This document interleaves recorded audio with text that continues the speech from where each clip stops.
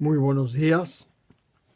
Gracias nuevamente por acompañarme en el estudio de la segunda parte del capítulo 3 de Juan. Después que Jesús terminó de hablar y explicarle el nuevo nacimiento a Nicodemo, ocurrió lo siguiente, versículos 22 al 24. Después de esto vino Jesús y sus discípulos a la tierra de Judea, y allí permaneció con ellos y bautizaba.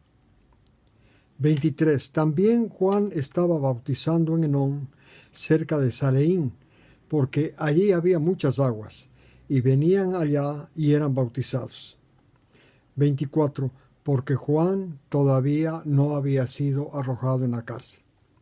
Muy bien, en otras palabras, Juan seguía su ministerio, bautizando a la gente, esto es, matriculándoles, por decir así, en la escuela de un nuevo maestro de Jesús, para que aprendan una nueva carrera, la gracia.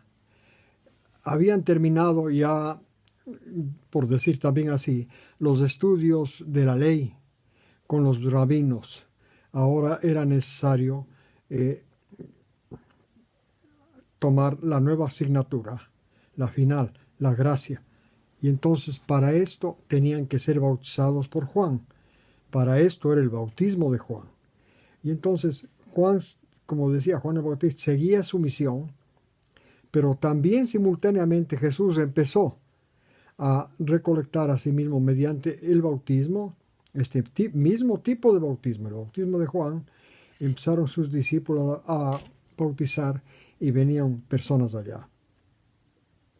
Esto que Jesús empezó con sus discípulos a bautizar despertó las sospechas de que Jesús estaba compitiendo con Juan.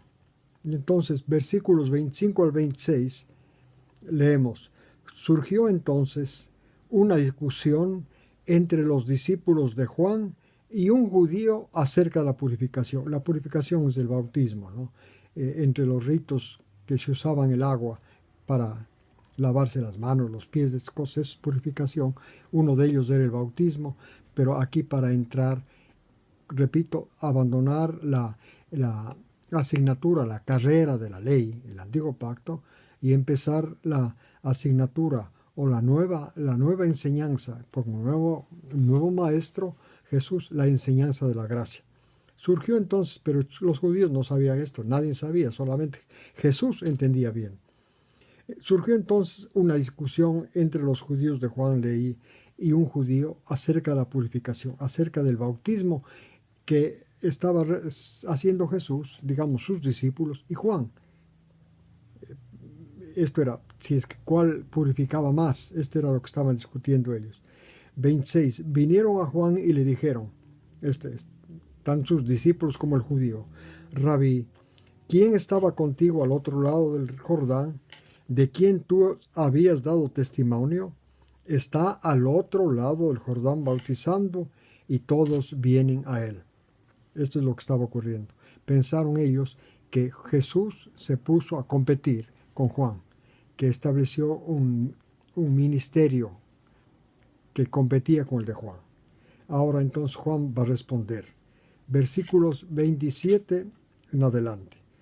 Respondió Juan y dijo: no puede ningún hombre recibir nada si no le es dado del cielo. Muy bien. Para Juan, el cielo tenía el comando para hacer la lucha contra el mal y para encaminar hacia la salvación. Solo el cielo tenía el comando. Antes, Juan ya había entendido, antes tenían pues los sacerdotes, los que dirigían en el santuario, los rabinos, ellos tenían el mando de qué ruta debía seguir esta enseñanza de la ley en el antiguo pacto. Juan entendió que ya eso estaba cambiando. Y entonces dice, ahora toda orden, toda instrucción no viene de la interpretación de los rabinos de la ley, sino viene del cielo. 28. Ustedes mismos soy testigo que dije, dice Juan, yo no soy el Mesías, soy un enviado delante de él.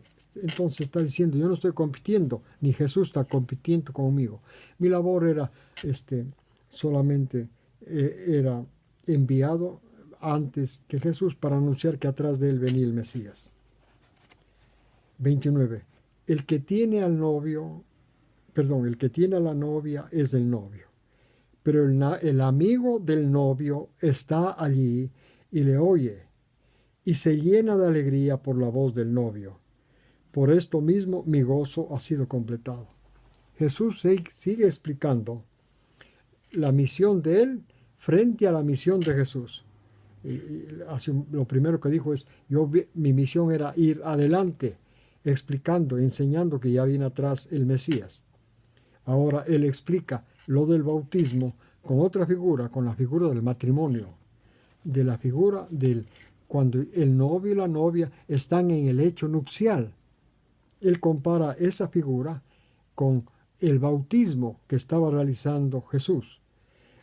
Ustedes saben que el significado final del bautismo está en Romanos 6, los versículos 2 y 3, 4, por supuesto.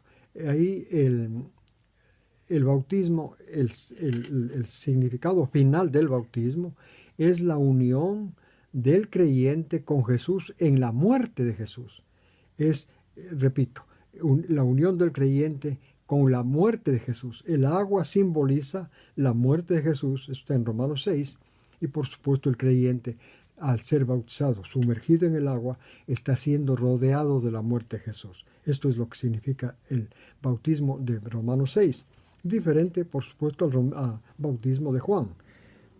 Ahora entonces, y toma la figura, pues, para comparar el bautismo, esta unión espiritual entre Jesús y el creyente en la muerte de Jesús. Toma la figura del novio. Ustedes recuerdan que el novio tenía el amigo del novio, que era el que organizaba todo el sistema de la boda. Entonces, dice el 30, es necesario, perdón, el 29, el que tiene el novio, el que tiene a la novia es el novio. Que estaba comparando el bautismo de los que estaban bautizándose con Jesús a la novia. Los que se bautizaban con los discípulos de Jesús son representados por la novia aquí en el versículo 29. Jesús representa al novio. La unión en el hecho nupcial está representando al bautismo, pero al bautismo que será detallado en Romanos 6, la unión del creyente con la muerte de Jesús. Esto es comparable, repito, al hecho nupcial donde el novio se une con la novia en el acto sexual. En esta forma, el cielo compara el gozo que existe para Dios, comparable como al hecho nupcial, a la actividad nupcial, en el hecho. Comparable a ese gozo, es compara con la unión de un creyente con Jesús en su muerte. Por esto Jesús, ustedes recuerdan que dijo en Lucas 6, hay gran gozo en el cielo por cada pecador que se arrepiente. Ahora, Juan le compara ese gozo, repito, con la actividad nupcial de los ya esposos, ¿no? Por eso compara lo que Jesús estaba haciendo con sus discípulos bautizando, compara simplemente a la consumación del matrimonio. Por esto dice, mi gozo se ha completado. En el matrimonio judío, el novio, el amigo del novio, cuando entraba el novio en el dormitorio nupcial, y entonces para tener la relación marital, la primera, entonces el amigo del novio se gozaba. Ese era en el matrimonio judío, en la ceremonia del matrimonio judío. Esto es lo que está tomando Juan para explicar el gozo que hay en Jesús cuando una persona se une en bautismo, en el bautismo de Romanos 6. Luego sigue explicando Juan la relación entre la misión de Jesús y la misión de Él. Dice el 30, es necesario que Él crezca y que yo sea disminuido. O sea, ya había Él cometido, prácticamente completado su misión al presentarle al Mesías a Israel, y entonces ahora era necesario que su misión vaya decreciendo y por supuesto la misión de Jesús vaya creciendo. Esto es lo que está diciendo en el versículo 30. Es necesario que Él crezca y yo disminuya, yo sea disminuido. La misión, repito, de Jesús debía crecer, la misión de Juan, como ya había sido cumplida, debía de crecer. Y después de esto Juan, por supuesto, fue encarcelado, ¿no? Sigue explicando Juan la diferencia ahora entre la misión de él y la misión de Jesús. El que es de lo alto está encima de todos. Jesús venía de lo alto, su misión estaba encima de todos, incluyendo encima de la misión de Juan. Y el que es de la tierra, esto es Juan, de la tierra viene y habla lo de la tierra. El que viene del cielo está sobre todos. Aquí un punto importante que hay que recalcar. El que es del cielo habla de lo alto, de lo del cielo. El que es de la tierra habla de la tierra. La misión de Jesús, la enseñanza de Jesús era de gran diferencia a la enseñanza de Juan. La enseñanza de Juan era de origen, él era terreno, entonces estaba circunscrita a la tierra. La misión de Jesús era diferente, porque la misión de Jesús iba a hablar del cielo. Por esto es que con la enseñanza de Jesús, escuchen bien, empieza la predicación de la gracia. Esto es de origen del cielo. La gracia vino con Jesús. Esto leímos ya, ¿no es cierto?, en en Juan 1:17. Jesús trajo la gracia. En Jesús vino la gracia. Esto es lo que Jesús enseñó. La enseñanza de la gracia es de origen celestial, porque es la descripción del amor de Dios a un creyente,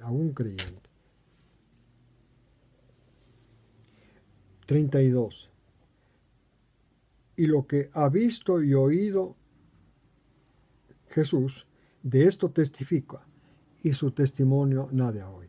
Lo que Jesús dice, lo que Juan está diciendo es que como el origen de Jesús es del cielo, su enseñanza es del cielo, Jesús está calificado para ser testigo de lo del cielo. O sea, él lo que enseña es testificando lo que en él ha pasado. Por ejemplo, cuando le explicó a Nicodemo que hay que nacer de lo alto, Jesús le dijo a Nicodemo que él le estaba testificando lo que había pasado con él, porque él es el primero que nació de nuevo, el primer humano, ¿no es cierto?, como humano Jesús, que nació de nuevo, nació de lo alto. Pero desgraciadamente, el testimonio que dio Jesús a Nicodemo, le dijo a Nicodemo, nadie lo recibe. 33. El que recibe su testimonio, los que reciban el testimonio de Jesús respecto a este punto del nuevo nacimiento, que la persona para ser de la congregación de Jesús debe nacer o ser engendrado primero de lo alto para nacer. Esto es producto de la gracia. Nacer de lo alto significa recibir el Espíritu Santo. Esto es el reino de la gracia empieza a ser parte de la vida de ese creyente. Él es el que dice la verdad, dice el versículo 33. El que nace de lo alto está afirmando que es la verdad el que está recibiendo ese testimonio. Esto que Jesús enseñó respecto al nuevo nacimiento, a nacer de lo alto, que no es otra cosa que recibir el Espíritu Santo. Está naciendo de lo alto, está asegurando que Dios es la verdad. 34. Porque a quien Dios envió, habla la palabra de Dios, porque Él da con medida el Espíritu Santo. Él da de una medida el Espíritu Santo. En realidad, las versiones de general dice Él da el Espíritu sin medida. Está mal traducido o simplemente está interpretando. Pero ahí no dice que da sin medida. dice que da de medida. En otras palabras, para cada misión, vamos a decir así, de cada persona, de cada creyente en el mundo, Dios primeramente ha hecho, vamos a decir, un cálculo de cuánta influencia, cuánta obra del Espíritu Santo necesita esa persona para hacer su misión. Esto es la medida. Jesús, antes de aparecer en la tierra, Dios en el cielo ya calculó, digamos, la cantidad de actividad del Espíritu Santo que iba a necesitar Jesús para completar la misión que el Padre le dio. Por eso se llama, recibe el Espíritu de medida, o sea, de lo que está calculado, de lo que está determinado. El versículo 35. El Padre ama a su Hijo y todo le ha dado en su mano. Esto es lo que estaba, esto de la medida. Todo lo que Jesús necesitó para hacer la salvación, para completar nuestra salvación, el Padre le ha dado en la mano de él. O sea, nada le faltó a Jesús, nada quedó sin hacer. Completó la salvación absolutamente, y para esto la influencia del Espíritu Santo fue proporcional a esta obra que hizo Jesús. 36. El que vive teniendo fe en el Hijo tiene vida eterna. Hasta aquí es un cambio grande entre lo que es la enseñanza de la ley y la enseñanza de la gracia. En la ley, el que obedece perfectamente la ley puede entrar en la vida, pero nadie obedeció. En la gracia, el que tiene fe en el Hijo de Dios tiene la vida eterna. Pero el que no se deja convencer por el Hijo, no se deja convencer, está hablando, no olvidemos, a personas que vivían de la ley. Los que no se dejan convencer que Jesús, la gracia, reemplaza a la ley. Algunos piensan que la ley y la gracia van juntos. Lean toda la epístola a los romanos y verán que nunca van a encontrar eso. Van a encontrar, por ejemplo, Romanos 6:14. El que esté en la gracia ya no está en la ley. No, la ley representa el pacto antiguo, la gracia el pacto nuevo. No hay cómo juntar los dos pactos. No hay cómo andar en la ley y en la gracia. Esto es un error grande que cometen muchísimos cristianos de muy buen espíritu, pero es necesario que lean bien la Biblia y sigan las instrucciones de Dios. Así es que el que no se deja convencer, repito, estaba hablando a personas de la ley, el que no se deja convencer, el que no obedece, dice, pero realmente está literalmente convencer, el que no se deja convencer del Hijo, que el Hijo, la misión del Hijo reemplazó a la ley, no discierne la vida.